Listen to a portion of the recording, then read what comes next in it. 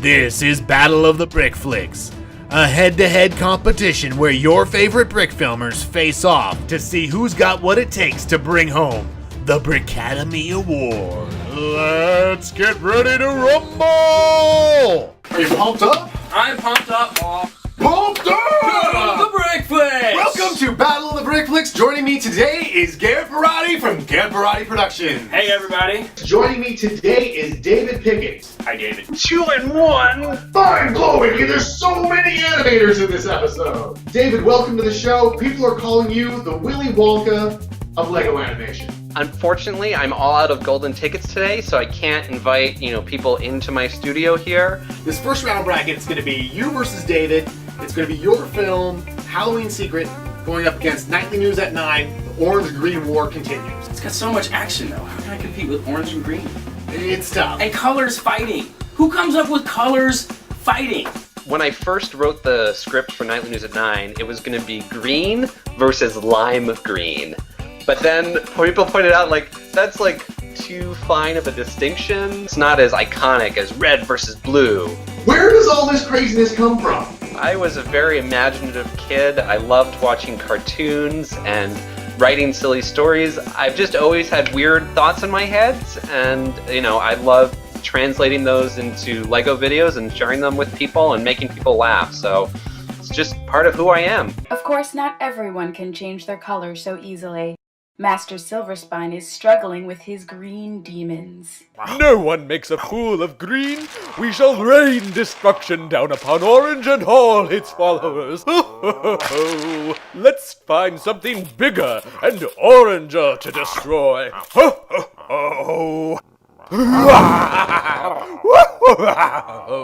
Would you say you're more of an orange or green?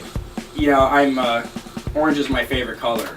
I feel like I'm green because I like Kermit the Frog, and I like green because it's the color of money. I can't work with you anymore. I know. How are we even friends? You've seen David's film. Tell me a couple things that you like about it.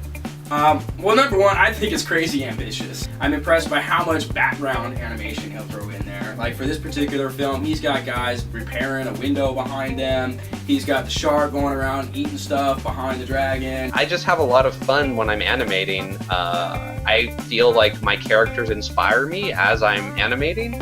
And, I'll decide Robophilia should jump up and down now, or I need somebody to get hit by a car in the background just for fun. Because if I'm not having fun making a Lego animation, then I'm doing something wrong. I love all the brick effects, which is one of the things that you brought up as well that we kind of have in common with the dragon's green flame and fire and the shark even doing the explosion and burping out the smoke. And there's so much in there. There's a lot of replacement animation. The whole computer eye thing is unreal. Tell me a little bit about Halloween Secret. Halloween Secret was really just a test for my motion control system and doing some cool shots with that haunted house that Lego put out that I just think is awesome. Yeah, but, you might not like me so much anymore. Oh no, it's Luke! What's wrong? Get away from me!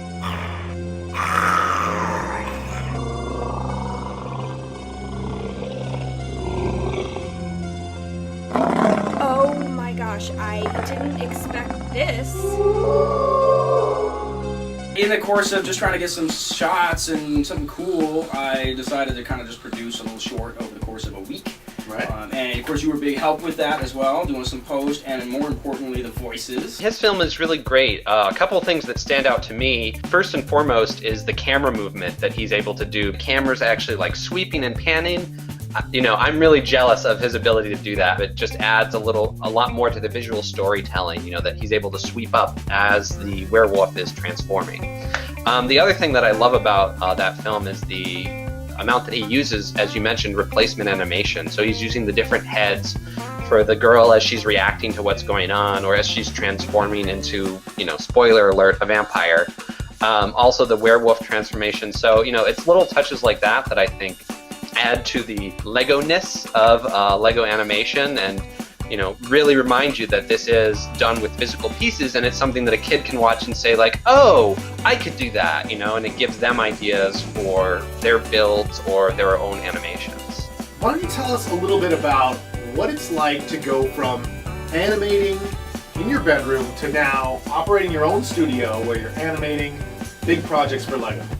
It's kind of crazy. It's unimaginable that I would even be here. I never thought that this was what I would be doing. I did want to work with LEGO, for LEGO, and I do have a degree in animation, so these things do come together naturally, but I never really thought it would happen like this. And the biggest challenge really of all that is just doing something that you're being commissioned to do. So your job is really to make the client happy and make them happy more than just do what you want to do. And you got to do it under a certain amount of time and under a certain amount of money. But I love it. I can't imagine going back to work for somebody else. Right. I can't imagine not being my own boss at this point and being able to come in when I want. And even though I put in crazy hours. Well, here's the thing. You say that, yeah, coming in when you want to come in to work, but you also work 19 hours of that day. Like, I will go home, sleep, eat, spend time with my family, and I come back and you're still at the studio working. It's happened. So you've chosen the hours, you just choose the 4 hours or 5 hours a day that you're not working. You've actually been doing a lot of building videos on your channel. Why don't you tell us a little bit about that? Somewhere in the middle of working on chapter 2, I noticed that I was getting a lot of comments asking, how do you build this character like Robophilia, who's in lots of different episodes, and when I'd go to conventions, I'd get a lot of questions from fans as they'd walk up. So, I thought I would do some videos that would show just a few simple things, and then that would be that. But then, as I did the first few of those videos, then I got requests on those videos for more of those videos. And now I've done over 200 of those videos. You've been animating for years. How is it that we've only seen, like, one Barati production on your YouTube channel? Because since that competition with Nicktoons, I've pretty much been working full-time with commissioned projects from LEGO.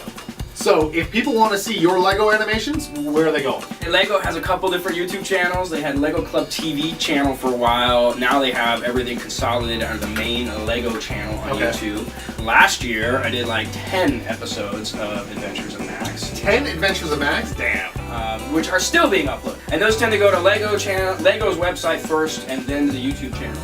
And then in partnership with you, my good friend, we've been doing Mixels projects as well this last year. That's true. We've done how many episodes? 9 episodes of Mixels? 9 Mixels animations. We got some more interviews coming up, but first, let's get to some results. You voted, you decided that Forrestfire's LEGO Justice League would beat out Keshin's LEGO Batman vs. Superman. And the force is strong with Fancypants as he beats out ZachFBStudios. In our wildcard slot, we got Oxburger Studios taking the win over Spencer Olsen. And in the Avengers Showdown, we've got Final Feature beating out Gem Pot. Final Features, I've been watching what you're putting out. I love it, man. And now, in our heavyweight match, Brotherhood Workshop versus the Digital Wizards. You voted, you decided that the winner would be the Brotherhood. Tune in for next week's episode when you see me take the walk of shame over 15 feet of sharp plastic Lego bricks. Let's talk a little bit about your building capabilities, because one thing that really stands out in your animations are the building, like especially the fastest and funniest Star Wars that you made. It's like, it looks exactly like the movie. Did you find that you were watching the movies over and over again and like pausing and building? Absolutely. To the frames? Absolutely. So I knew that I wanted to hit certain iconic moments from that film, and absolutely went back and built to the camera to make sure I would get details in the right places, so that even in that instant that you saw that little picture, it would trigger that memory of that. You can go find the equivalent of that picture in the movie. This first round bracket is going to be you versus David. It's going to be your film, Halloween Secret, going up against Nightly News at 9. The Orange-Green War continues. I love Orange. And actually, Orange Meets Binary is one of my favorite films he's ever made. Dude, it's wild. I love it. Like, the concept of these intangible things affecting each other, and just, I just love it. And they're so imaginative, there's so much action. There is so much creative madness going on in his films. I think that's what he brings to it, which is just unbelievable. Vote in the comments below. Battle of the Brick Flicks! Battle of the Brick Flicks!